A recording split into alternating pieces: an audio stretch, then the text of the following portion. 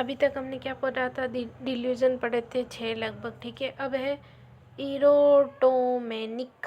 इरोटोमेनिक delusion, इसमें क्या होता है, व्यक्ति को फास्ट बिलीव मतलब फाल्स फिक्स बिलीव हो जाता है कि हाईएस्ट स्टेटस का व्यक्ति से प्यार करता है।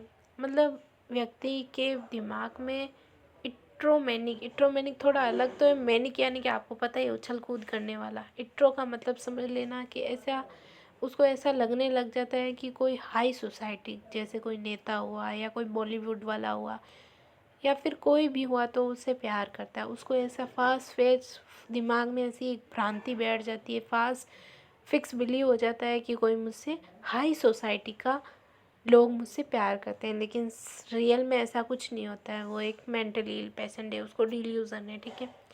सैड डिल्यूज़न और फिक्स डिक्स, पेशेंट के डिल्यूज़न फास्ट वेक को उसको केयर टैक्स या क्लोज रिलेटिव द्वारा शेयर करना। उसको ऐसा लगता है कि कोई है ना मेरे क्लोज रिलेटिव है जो मुझे शेयर कर रहे हैं, ऐसा कुछ लगता है। डिल्यूजन ऑफ कंट्रोल, इसमें क्या लगता है, पेशेंट को ऐसा लगता है कोई कोई उसकी थॉट उसको कंट्रोल कर रहा है, कोई कोई मुझे कंट्रोल कर रहा है, ऐसा उस पेशेंट को लगता है, ठीक है। डिल्यूजन ऑफ रिफरेंस और आइडिया ऑफ रिफरेंसेस, इसमें क्या लगता है, घटित होनी वातावरण दूसरे व्यवहार को जोड़ कर देखते हैं, दूसरों के बारे में हाँ।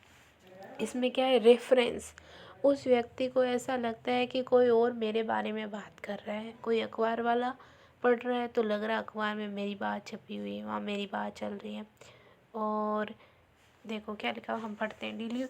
इस डिल्यूजन व्यक्ति वातावरण में घटित होने वाली प्रत्येक घटना या दूसरे के व्यवहार को अपने से जोड़कर देखता है। कोई दूसरों का व्यवहार होता है ना, तो उसको अपने से जोड़ कर देखता है। वह सोचता है कि दूसरे लोग उसके बारे में बात कर रहे हैं, जैसे कि एक अखबार में छपे आर्टिकल्स को स्वयं से जोड़ता है। ये कहता है कि सिस्टर वर्ड में सब लोग मेरी ही बात कर रहे हैं, मतलब इस सारे वर्ल्ड में जितने भी लोग हैं सब मेरी ही बात करते हैं। उसको ये फास्ट फिक्स बिलीव हो जाता है, ठीक है। फिर क्या है, सोमेटिक डिल्यूजन, इसमें क्या होता है, उसको ऐसा लगता है कि है ना उसको ऐसा फास्ट फिक्स बिलीव हो जाता है, फास्ट बिलीव हो जाता है कि उसके कुछ बॉडी फंक्शन बीमारी अब नॉर्मल या चेंजेस हो गए हैं। उसको ऐसा लगना जाता है सोमेटिक डिल्यूजन में, ठीक है। अब नॉर्मल फॉर्म ऑफ थॉट, अब normal linking of the thought together. ये क्या, अब नॉर्मल थॉट मतलब उसके दिमाग में अलग अलग आइडिया होते हैं। पहला है फ्लाइट ऑफ आइडिया, मतलब बहुत तेज़ी से आइडिया आता है और चला जाता है। फ्लाइट कैसे आती है, आकाश में उड़ के, फ्लाइट ऑफ आइडिया। थॉट या स्पीच या कंसेंट फ्लो होना, लेकिन पेशेंट एक विषय से दूसरे विषय पर लगातार जंप करता रहता है। कभी वो बोलता है कि मैं तो है ना डॉक्टर बनूंगा, फिर कभी कहता है मैं पुलिस वाला बनूंगा, कभी बोलता है नहीं मैं तो प्रधानमंत्री हूँ। ऐसे एक आइडिया से दूसरे आइडिया पे जंप करता रहता है। फिर है नियोलॉजिज्म का मतलब होता है पेशेंट अपने स्वयं के द्वारा आविष्कार किए हुए कुछ शब्दों और वाक्यों का उपयोग करता है जिसका अर्थ केवल स्वयं के लिए ही होता है। न्यूलिज्म यानी एक नए शब्द की खोज करना है, लेकिन उस शब्द का लोगों से लेना देना कुछ नहीं है, वो उसके काम आए तो आए, बाकी लोगों का कोई मतलब नहीं उस शब्द का। ऐसा शब्द की खोज करना जिसका कोई अर्थ ना, उसको नियोलिज्म कहते हैं। सर्क्यू सर्क्यूमेस सर्क्यूमेस्टेंटिसिटी, इसका मतलब क्या होता है,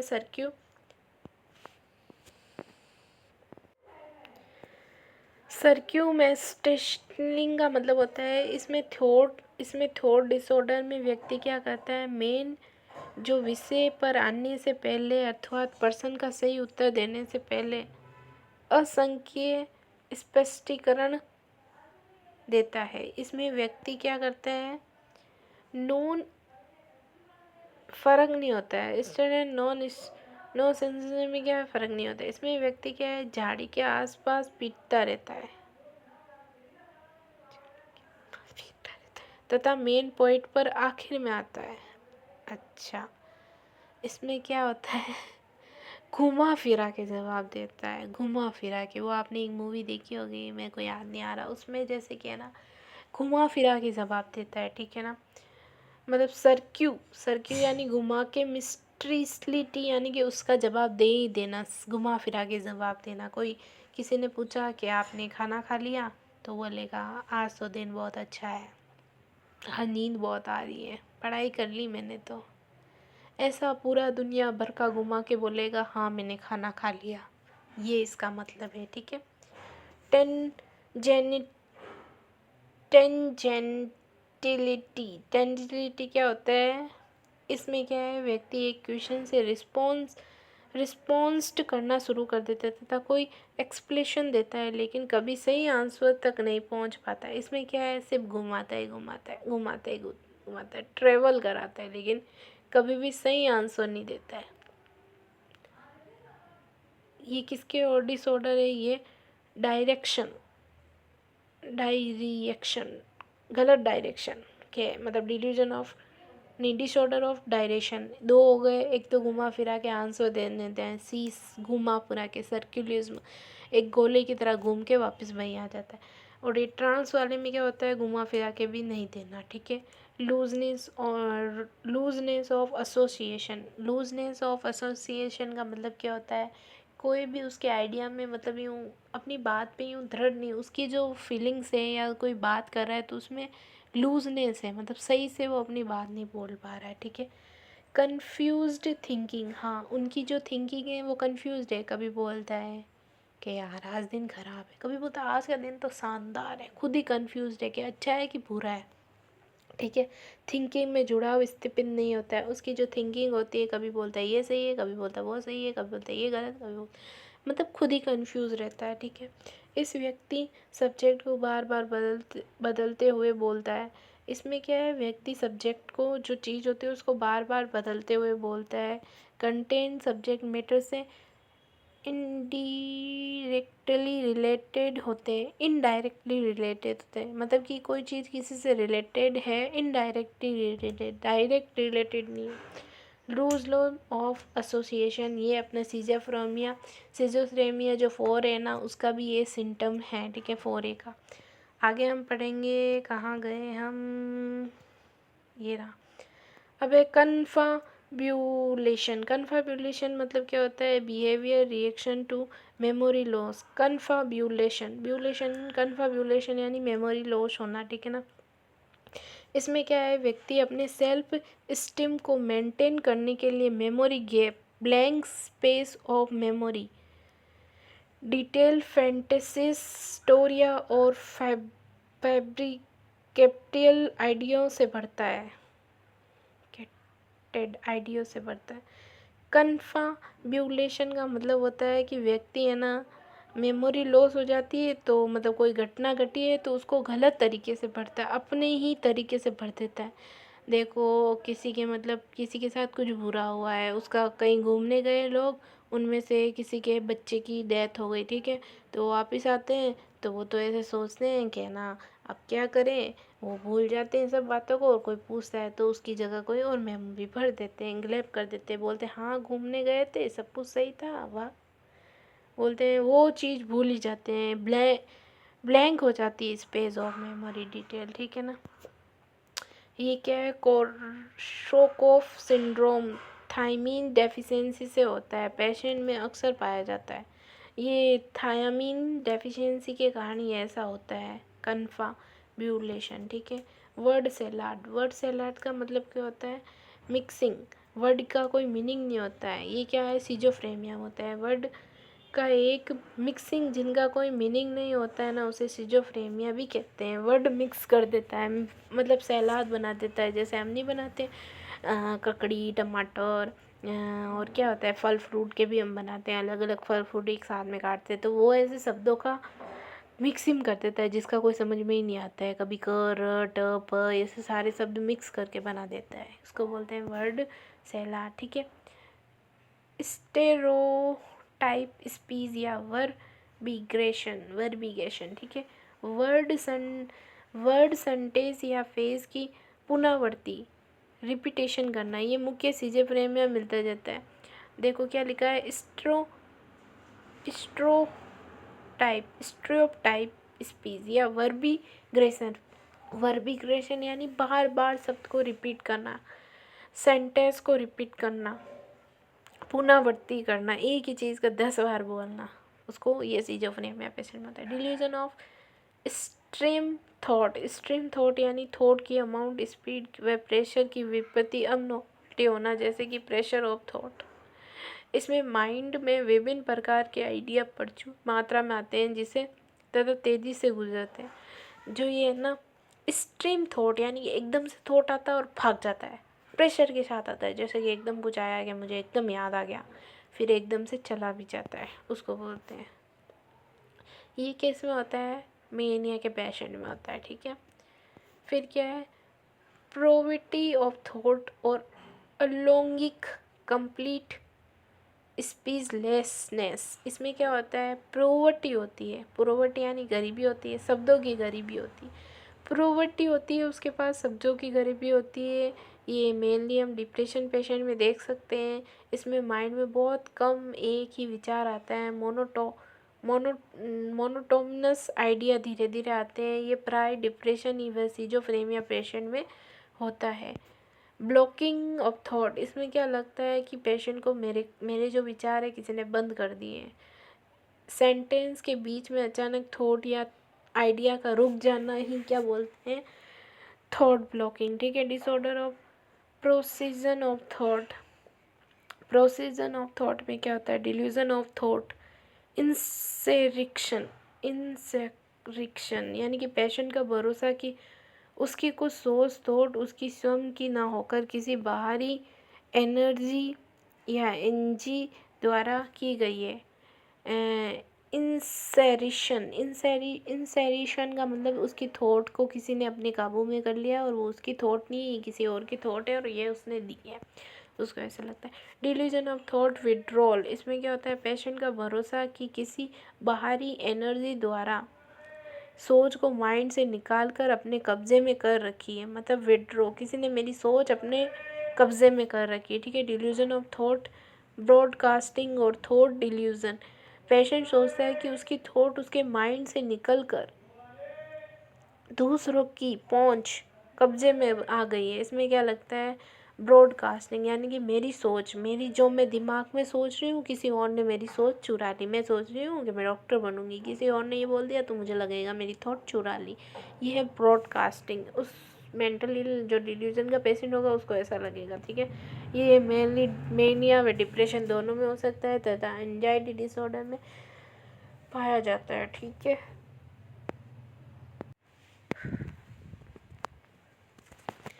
अब क्या है डिल्यूजन ऑफ इमोशन, ठीक है। इमोशनल डिसऑर्डर लगभग सभी मानसिक बीमारियों में पाया जाता है, लेकिन सबसे अधिक इफेक्टिव डिसऑर्डर मेनिया व डिप्रेशन तथा एंजाइटी डिसऑर्डर में पाया जाता है। सॉरी और ब्रॉडकास्टिंग में क्या होता है उसको लगता है रेडियो वाला ने, टीवी वाले ने या एनवायरनमेंट वाले ने मेरी सोच चुरा दी है और वहाँ पुरस्कार कर रहा है, उसको ऐसा लगता है, ठीक है। और ये जो इमोशन होता है ना ये डिप्रेशन मेनिया किसी में भी देखा जा सकता है, ठीक है ना।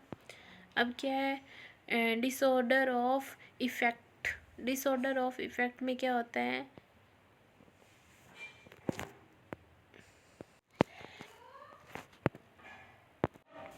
अब हम पढ़ेंगे पर्सेबल इफेक्ट, नॉन पर्सेबल इफेक्ट और अदर इफेक्ट, ठीक है ना। जो पर्सेबल इफेक्ट होता है इसमें क्या होता है इकोफोबिया, इकोफोरिया, इलेक्शन, एक्सटेशनल। अब हम पढ़ेंगे क्या disorder of effect. Disorder of effect क्या होता है, एक तो होता है पर्सेबल इफेक्ट और एक होता है नॉन पर्सेबल इफेक्ट और एक होता है अदर इफेक्ट, ठीक है।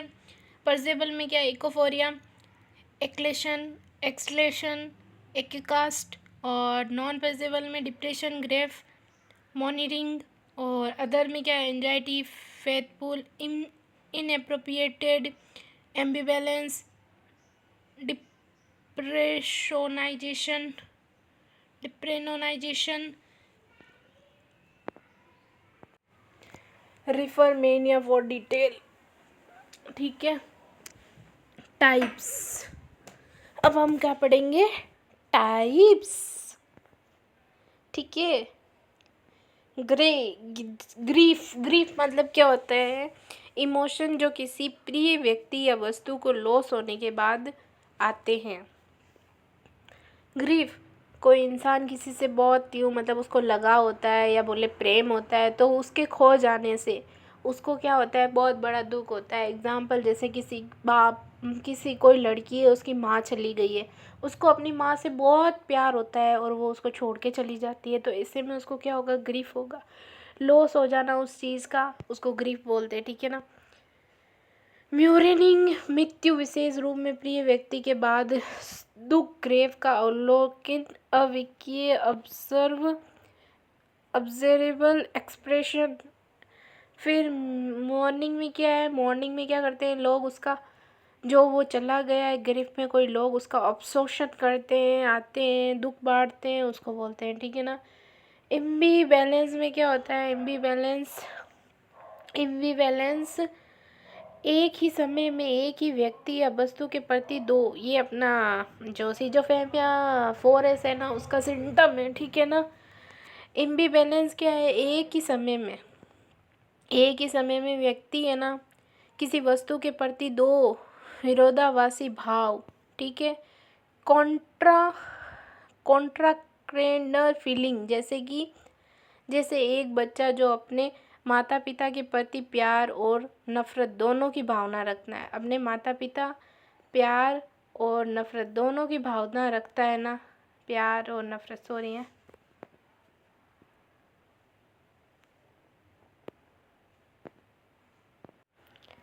सॉरी बीच में डिस्टर्बेंस के लिए, हम आगे पढ़ते हैं, ठीक है ना।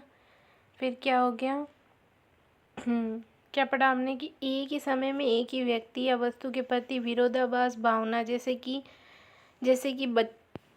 एक बच्चा जो अपने माता पिता के प्रति प्रेम और नफरत दोनों की भावना रखता है। उसको लगता है मेरे मम्मी पापा अच्छे हैं, अगर उसको डांटे मारे तो लगता है ख़राब है।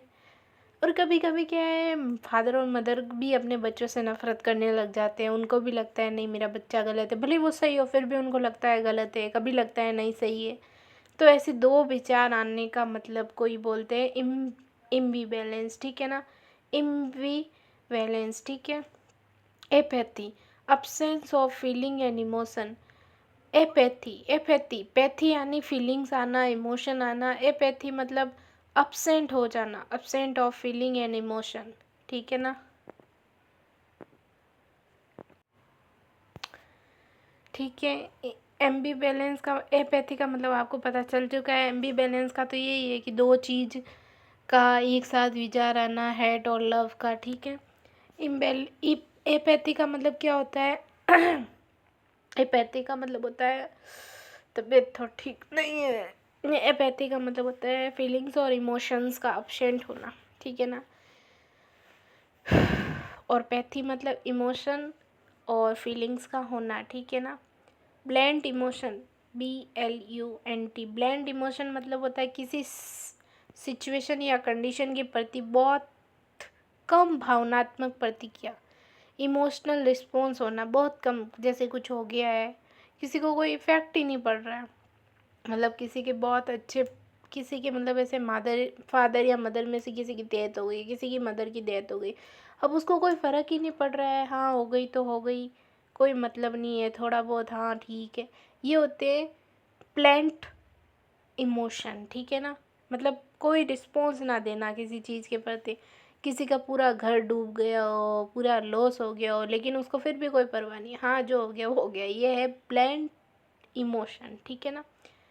लेबियल और इनकंटिन्यूस ऑफ इमोशन, इमोशन में अचानक व अतिशीघ्र बदलाव होना। एब्लिए और इनकंटिन्यूस ऑफ इमोशन यानी कि इमोशन में लगातार बदलाव होना, कभी रोना, कभी हंसना, कभी खुशी, कभी गम, ऐसे होना, ठीक है ना। मूड स्वेइंग, दो एक्सट्रीमिक फीलिंग के बीच में मूड का स्वेग होना, मतलब कभी लगता है मैं घूमने जाऊं, कभी लगता है नहीं जाऊं, मतलब दो चीज़ों के बीच में एक्सटर्नल फीलिंग का मूड का स्विंग होना, मूड स्विंग, ठीक है। अब है डिसऑर्डर ऑफ मोटर एक्टिविटी के डिसऑर्डर, ठीक है। अब नॉर्मल मोटर एक्टिविटी जैसे फेशियल एक्सप्रेशन या पोस्चर जो लगातार सभी मेंटल इलनेस में प्रदर्शित होते हैं, जो मेंटली इल पेशेंट होगा ना उसमें अब नॉर्मल मोटर एक्टिविटी होगी, जो बॉडी की होगी ना अब नॉर्मल मोटर एक्टिविटी होगी, फेशियल एक्सप्रेशन होगा, पोस्चर होगा, ठीक है। एकेथेसिस, एकेथेसिस मतलब मोटर रेस्टनेस, पेशेंट साथ बैठने या लेटने में असमर्थ होता है। जो ये एटिकेसिस होता है मोटर रेस्टनेस, इसमें क्या होता है पेशेंट को मतलब ये आराम करने का ही मन नहीं करता है, सारे दिन मतलब उसको काम करने का ही मन में रहता है। मोटर रेस्टनेस रहता है उसके एक्केथीसिया, ठीक है। मोटर रेस्टनेस लगता है उस पेशेंट को, वो शांत नहीं बैठ सकता, लेटने में असक्षम होता है, ठीक है। मसल्स की ओवर एक्टिविटी के कारण व्यक्ति रेस्टनेस या क्वेविरिंग टर्मस की अवस्था में रहता है। ट्रिमस यानी कि ओवर एक्टिविटी।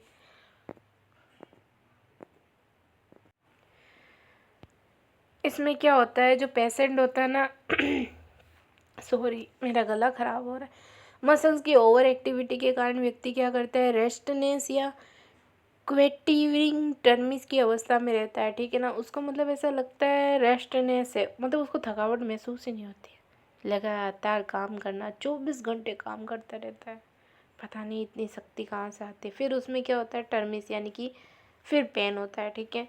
इकोलेलिया, इकोलेलिया का मतलब है दूसरे अन्य व्यक्ति की स्पीच को रिपीटेशन या इमेचरेशन करना, मतलब मिमिक्री करना।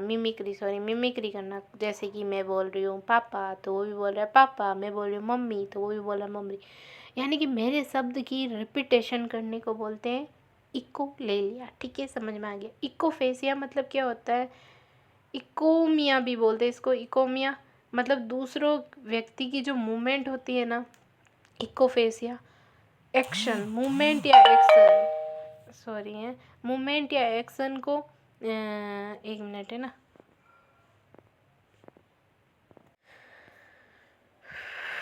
कहाँ गया हमारा, पता नहीं कहाँ चला गया, ये रहा। इकोफेक्सिया मतलब दूसरे व्यक्ति की मूवमेंट या इकोफ्रेसिया या एक्शन या इकोमिया या मिमिक्री रिपीटेशन करना। एक्शन जैसे कि मैं हाथ को ऐसे कर रही हूँ तो वो भी हाथ को ऐसे करेगा। जैसे कि मैं आपको बताऊँ, देखो जैसे कि मैंने ऐसे किया तो वो भी ऐसे ही करेगा, मैंने ऐसे ऐसे किया तो वो भी ऐसे ऐसे करेगा, मतलब जो मैं करूँगी वही करेगा, मेरा रिपीटेशन करना, ठीक है ना। फिर क्या है बिना चेतन के इकोलेलिया, इकोफेसिया, वेटिक जैसी ऑटोनोमिक एक्टिविटी करने को ऑटोमिस्ट कहते हैं। मतलब कभी कभी तो क्या पैसन ये सब कुछ जान कर करता है, जानबूझ कर करता है कि हाँ इसकी कॉपी करनी है, और अगर वो अनजाने में कर रहा है मतलब उसमें ये बीमारी हो चुकी है तो उसको क्या बोलेंगे ऑटोमेटिज्म, ठीक है। फिर क्या है वैक्स फ्लेक्सिबिलिटी और कैटाटोनिक पोजीशन और कैटापेक्सी और स्टेटोपिक पोजीशन, ठीक है। इसमें क्या होता है पेशेंट की वैक्स की तरह घंटों तक एक विशेष अब नॉर्मल पोजीशन में रहता है। पेशेंट क्या करता है घंटों तक एक ही पोजीशन में बैठा रहता है, वह अपने हाथ व पैरों को कई घंटों तक मूवमेंट किए बिना एक पोजीशन में रखता है, ठीक है ना। पार्किंसन लाइक सिंड्रोम जैसे कि टर्मिस, ट्रिगरिटी, मार्क लाइक फैक्स, ठीक है। टिक क्या होता है, टिक मतलब होता है आपने वो क्या नाम है हिच की मूवी देखी है, उसमें वो रानी मुखर्जी है जो बार बार में अच्छा हूँ ऐसे कुछ करती है ना, उसकी वो बेचारी जानबूझ के नहीं करती, ये उसकी प्रॉब्लम होती है, ठीक है ना। तो उसको ही टिक कहते हैं, एक ऐसी प्रॉब्लम जो बार बार में बॉडी में हो। इस स्टेरॉयड मूवमेंट डिसऑर्डर ऑटोनॉमिक मतलब वो जानबूझ के नहीं करती है, वो अपना होती है इसमें क्या मेंटली तो सही रहता है लेकिन वो प्रॉब्लम होती है, ठीक है। बिना चेतना या ज्ञान के irregular involuntary repetition steroid movement action करना, जैसे स्निफिंग, साउरन, स्वेजिंग, छिकिंग, स्टिरिंग, ये सब कुछ करना, ठीक है। चूजिंग, फिर क्या है ये मैनरिज्म, ठीक है। रिपीटेड मूवमेंट जिसका कुछ फंक्शनल सिग्निफिकेशन होता है, जैसे कि ब्लिंकिंग ऑफ आई, आई का ऐसे ऐसे ब्लिंकना, blinking of eye, frowning forehead, thinking के दौरान बार बार नेक को टच करना आदि। ड्रेस या स्पीच या एक्शन की स्टाइल रिपीट में पोर्शन मॉडिफिकेशन होना। अब हम पढ़ेंगे नेगेटिज्म क्या होता है? पेशेंट को जो कुछ करने को कहा जाए उसके विपरीत करना है। नेगेटिज्म मतलब होता है मतलब विपरीत करना किसी काम को। मैं उसको बोलूँगी पानी मत भरना आज, तो वो पूरा घर का पानी भर देगा। मैं उसको बोलूँगी खाना मत खाना आज, वो पूरा घर का खाना खा जाएगा। मैं उसको बोलूँगी आज चुपचाप यहीं बैठना, तो वो पूरे संसार में घूम, मतलब जैसा कहना उसका विपरीत करना, नेगेटिज्म, ठीक है। फिर है डायस्किनेसिस। इसमें क्या होता है? वॉलेंट्री मूवमेंट की क्षमता में कमी हो जाना। मतलब हमारी क्षमता है कि मैं हम 10 घंटे 15 घंटे तो नहीं पढ़ सकते, लेकिन ऑलमोस्ट 3 घंटे 4 घंटे तक तो पढ़ सकते, उससे भी कम हो जाना अपना ये है, ठीक है। कंफ्यूजन ऑब्जर्वेशन कंफर्जन, ठीक है। कंफेजेशन क्या कहलाता है? COMPUILINSION कंफेशन, ठीक है। ऑब्जर्व थॉट के कारण होने वाली एंजाइटी को कम करने हेतु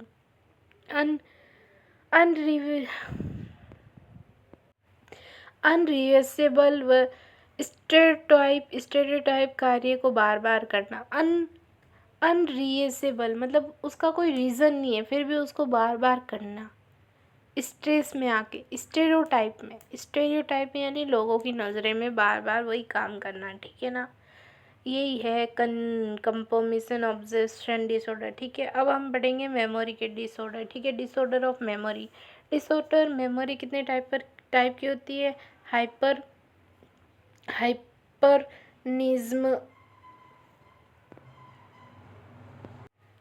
हाइपरमेनेजिया, एनेसिया, पैरानेसिया, डिसोर्टिव डेमेंटिया, ठीक है। हाइपरमेनेजिया मतलब एक पर्टिकुलर पीरियड या इवेंट विशेष की मेमोरी का अत्यधिक रिटेंशन होना। ये डिसऑर्डर मुख्य रूप से पैरानॉइड या साइकोसिस और मैनिक डिसऑर्डर में होता है। Amnesia loss of memory, mental ill person में मेमोरी का अब्सेंट होना, जो लगभग सभी मानसिक बीमारियों में होता है। ये कंप्लीट, पर्टिकुलर, कंटिन्यूअस या सर्क्यूक्रिप्स हो सकता है, सर्क्यूमक्रेपिस हो सकता है। एमनेसिया ऑर्गेनिक, इमोशनल या डिस्ट्रक्टिव हो सकता है। एंटर ऑर्गेनिक एमेंसिया से तात्पर्य है रियलिस्ट इवेंट को भूलना। रेट्रोग्रेड एमेंसिया से तात्पर्य है पास्ट इवेंट को भूल जाना। सर्क्यूमस्टेंशियल इवेंट से तात्पर्य है कि स्ट्रॉन्ग इमोशन के कारण संबंधित इवेंट को भूल जाना। ये सब याद करने की है। ट्रेविक इवेंट को मेमोरी में भूल जाना। पैरामेनेसिया मतलब कन्फब्यूशन की तरह रियल इवेंट को रोचक तरीके से प्रस्तुत करने के लिए मेमोरी या इवेंट का फॉल्स तरीके से कनेक्शन करता है, ठीक है। डेजा व्यू क्या मतलब? नई इवेंट या स्टिमुलाई जो पहली बार होती है लेकिन वे फैमिलियर लगती है, जैसे कि पहले भी हुई हो। डीजा व्यू यानी कि जिसको हम नहीं जानते फिर भी हम उसको जाना पहचाना सा लगते हैं, जैसे कि कोई हमें व्यक्ति रोड पे मिल गया, ऐसा लगता है नहीं ये तो मैं इसको जानती हूँ, ये तो मेरे अंकल जी है, उसको बोलते हैं डेजा व्यू। और जामा व्यू किसको बोलते हैं? उसमें ऐसा होता है पर्सन को हम नहीं जानते, जानते हैं कि हाँ ये मेरे घर के पास रहते हैं, ये अंकल जी है, लेकिन फिर भी हम अनजान में नहीं, मैं तो नहीं जानती ये कौन है, आई डोंट नो, ऐसे, ठीक है ना। जेमा व्यू, ठीक है। अब हम पढ़ेंगे डेमेंटिया। क्या? ऑर्गेनिक ब्रेन डिसऑर्डर है, ठीक है ना, याद रखना।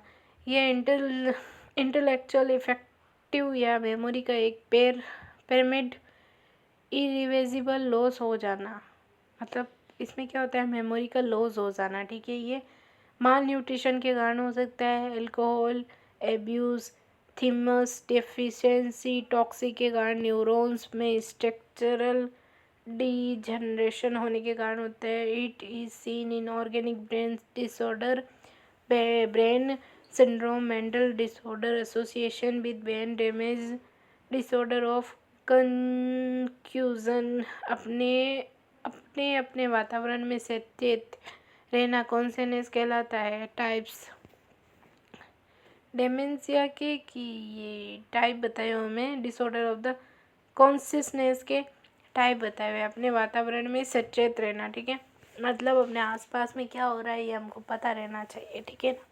कॉन्शियसनेस के टाइप्स क्या क्या होंगे देखते हैं।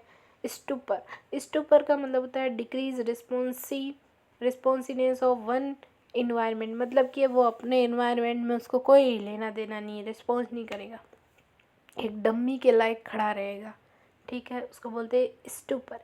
एक ऐसी कंडीशन जिसमें पेशेंट गतिहीन, चुप और अनरिस्पॉन्सिबल होता है लेकिन देखने में फुल कॉन्शियस देता है, ऐसे स्पुडर की अवस्था कहते हैं। मतलब देखने में तो लगता है कि हाँ ये इंसान है, कॉन्शियस होगा, लेकिन रियल में वो कहता होता है एक पुतले के समान जिसमें कोई रिस्पॉन्स नहीं है, ठीक है ना, जिसकी रिकवरी उसके प्रकार की ये है कि ऑर्गेनिक या फंक्शन पर निर्भर होती है। इसकी रिकवरी हम कैसे करेंगे ऑर्गेनिक या फंक्शन तरीके से निर्भर होती है, ठीक है।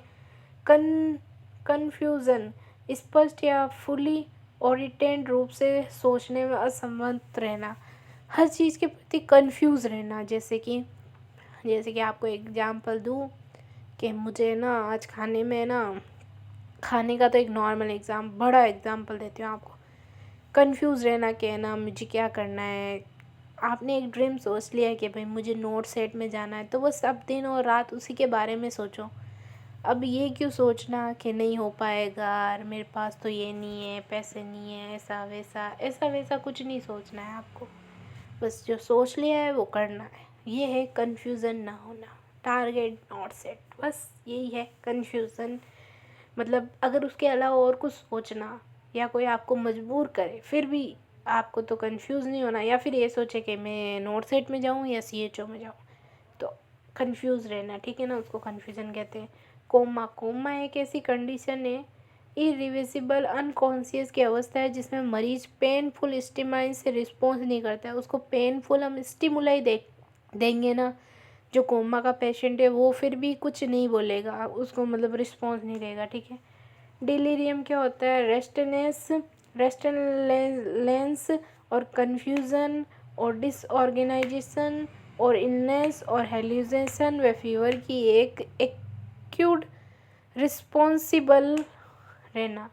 डिल्यूजन मतलब क्या होता है, रेस्टलेस, इसमें रेस्टलेस रहता है व्यक्ति और कन्फ्यूज़न रहता है, डिसऑर्गेनाइजेशन रहता है, इलनेस रहती है और हेल्यूजन होता है, और ये क्या होता है, क्रॉनिक होता है, ठीक है ना। Disorder of inside self understanding या जजमेंट, डिसऑर्डर ऑफ इनसाइड मतलब जजमेंट का, मतलब खुद के प्रति कोई मतलब ले ना पाना। देखो इसमें क्या है, अपनी स्वयं की मेंटल कंडीशन से अवेयर होने को इनसाइड कहते हैं। हाँ, अगर किसी व्यक्ति को लगता है, न्यूरोसिस में पाया जाता है और साइकोसिस में नहीं पाया जाता है।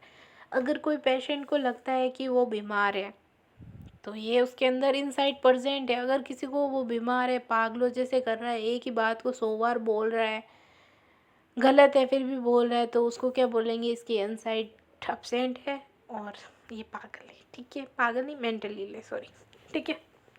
हाँ, हिंदी में पागल ही बोलते हैं लेकिन फिर भी मेंटल इल नहीं बोलेंगे हम तो। इनसाइड प्रेजेंट और इनसाइड एब्सेंट दो तरीके की होती है, इनसाइड या तो प्रेजेंट या एब्सेंट। यदि पेशेंट अपने बिहेवियर डिस्टर्बेंस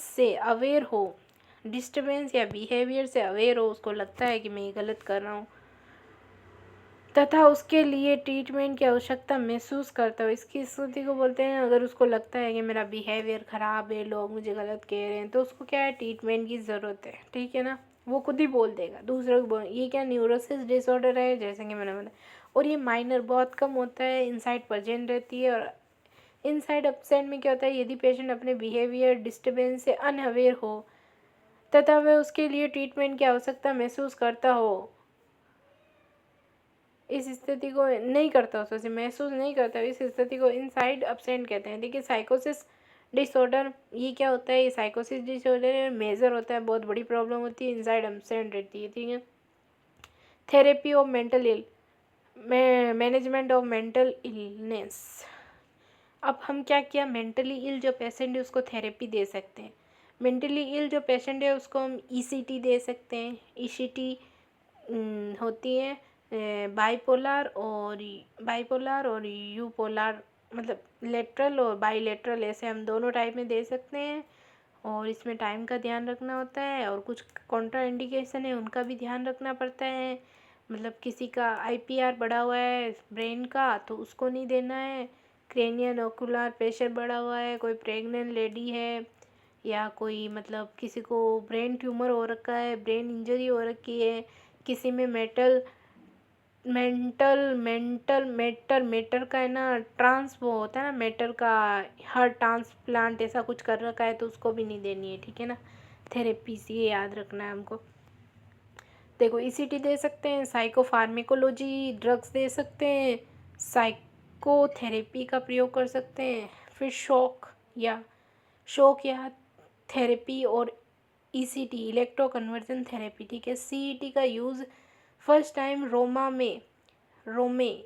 में अप्रैल 1938 में बीनी कोई वैज्ञानिक थे और कैरिलिटिन इंडियन न्यूरोसाइकेट्री के द्वारा दिया गया, ठीक है। डेफिनेशन, एक प्रकार का शारीरिक सोमेटिक या फिजिकल ट्रीटमेंट होता है। सोमेटिक यानी कि मतलब ऐसे मतलब शारीरिक उसको दिया जाता है, मतलब ये दिमाग का होता है उसको दिया जाता है।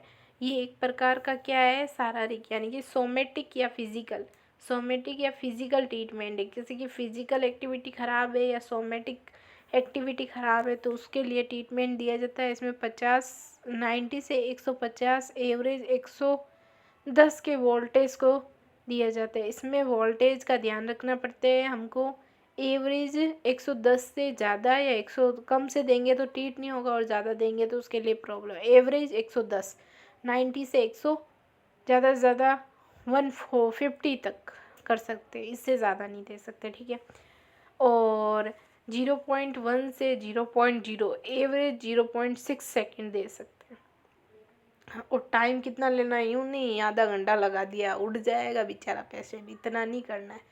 बहुत कम टाइम 0.6 सेकेंड, ओनली 0.6 सेकेंड देना है, ठीक है। तथा जनरलाइज कन्फ्यूज़न पैदा करने के लिए दिया जाता है। जनरलाइज जो कन्फ्यूज़न है पैदा हो रखी है उसके दिमाग में, उसको हटाने के लिए दिया जाता है। मतलब एक ही चीज़ को दिमाग में एक बिलीव दिला दिया कि नहीं यार मेरा जो ये नुकसान होया ना ये इसी व्यक्ति ने किया है, बस वो बात अपने दिमाग में बैठा ली और उसके अलावा उसको कुछ नहीं दिखता है। या फिर उसको ऐसा लगता है मुझे कोई मारना चाहता है, बात फिक्स भी दिमाग में बिठा ली। तो ऐसे व्यक्ति को अब क्या करेंगे, उसका ट्रीटमेंट यही है कि उसको ये शॉक दिया जाए, तभी वो ठीक हो सकता है। और वो भी हो ना हो कोई पता नहीं है, ठीक है। फिर क्या है, कन्वर्जन के दौरान टॉनिक फेज 10 सेकेंड तथा क्रोनिक फेज 25 से 30 सेकेंड तक लिया जाता है। जो कन्वर्जन दिए जाते हैं ना उसके दौरान जो टॉनिक फेज होता है वो 10 सेकेंड के लिए और जो क्रोनिक फेज होता है उसको 25 से 30 सेकेंड तक के लिए होती है, ठीक है। ट्रीटमेंट के समय औसतन 200 से 1600 मिलीप्रेन करंट की मात्रा को गुजारा जाता है। 200 से 1600 मिली में प्रेन करंट उसके दिमाग में दिया जाता है, ठीक है ना। इनसफिशिएंट करंट से सब शॉक हो सकता है। इनसफिशिएंट करंट नहीं देना चाहिए, सफिशिएंट करंट ही व्यक्ति को देना चाहिए, ठीक है।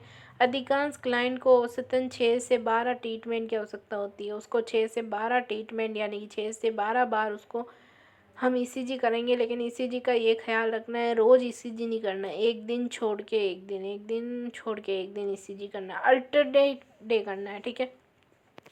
अब इसकी मैकेनिज्म क्या है, मैकेनिज्म ऑफ एक्शन। एक्सटेड मैकेनिज्म का अज्ञात होती है, एक्सटेड मैकेनिज्म अज्ञात होती है, लेकिन बायोलॉजिकल थ्योरी एक सबसे अधिक सेटेबल थ्योरी है, जिसके अनुसार से माइंड के कुछ एरिया में न्यूरो ट्रांसमीटर का लेवल बढ़ जाता है, जिससे सीरोटोनिन, नॉन एप्रिनेफ्रिन तथा डोपामीन, ठीक है। टाइप्स, अब जैसे मैंने आपको बताया था कितने टाइप की होती है, डायरेक्ट और मॉडिफाइड। डायरेक्ट, एक तो डायरेक्ट ईसीजी दे दो, एक थोड़ा उसमें कुछ चेंजेस करके मॉडिफाई करके ईसीजी देना, ठीक है। डायरेक्ट ईसीजी क्या है, ये बिना एनेस्थीसिया और मसल्स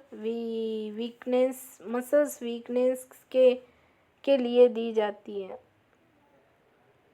मसल्स वीकनेस के लिए दी जाती है, लेकिन इसमें एट्रोपिन सल्फेट और माइनर ट्रांसक्यूजर जैसे कि डाइजापिन का उपयोग किया जाता है। This is not used communally now.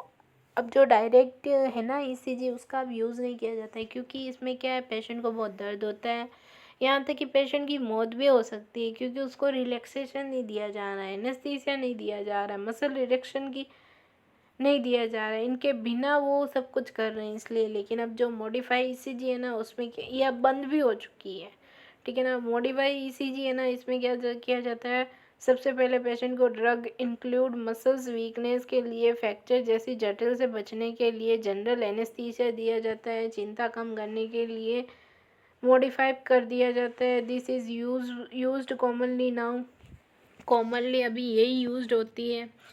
Modify ECT में ईसीटी के दौरान ट्रॉनिक फेज में केवल हल्के गैरमिए या बेलिफॉय सीरम सैम, और क्रोनिक फेज में टोन में फ्यू मूवमेंट को देखा जाता है।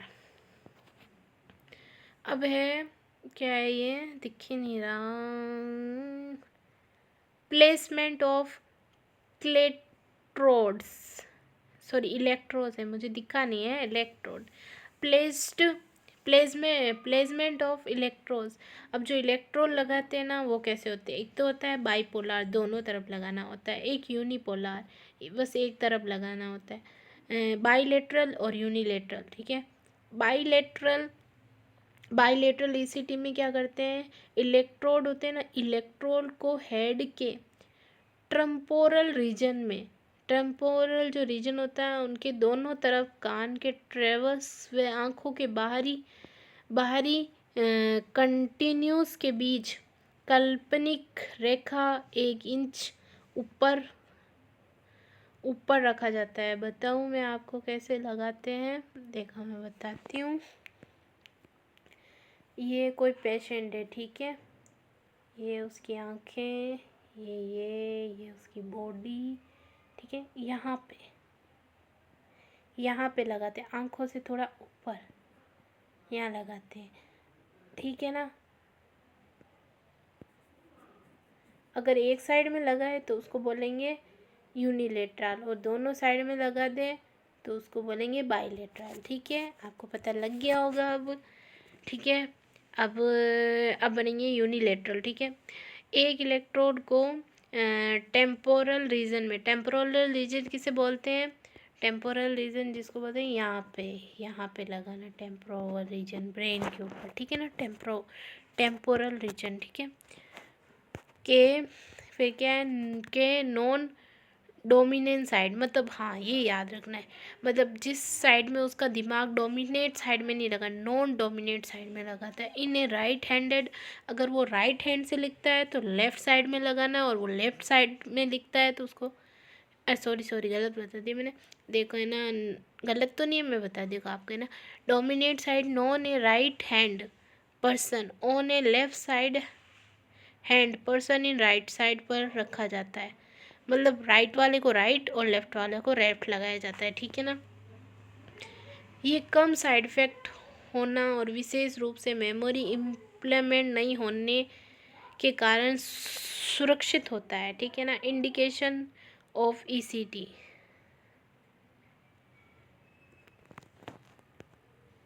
अब हम क्या इंडिकेशन देखते हैं, इंडिकेशन क्या क्या है। Indication of CET, indication of CET use to 2 to 3 times in week, 2 से 3 टाइम इन वीकली, सॉरी वो मैंने आपको बताया 1 से 2 वीक, मतलब 1 दिन छोड़ के 2 दिन छोड़ के भी हम कर सकते हैं। मोस्ट कॉमन देखो 1 मिनट कहाँ गया,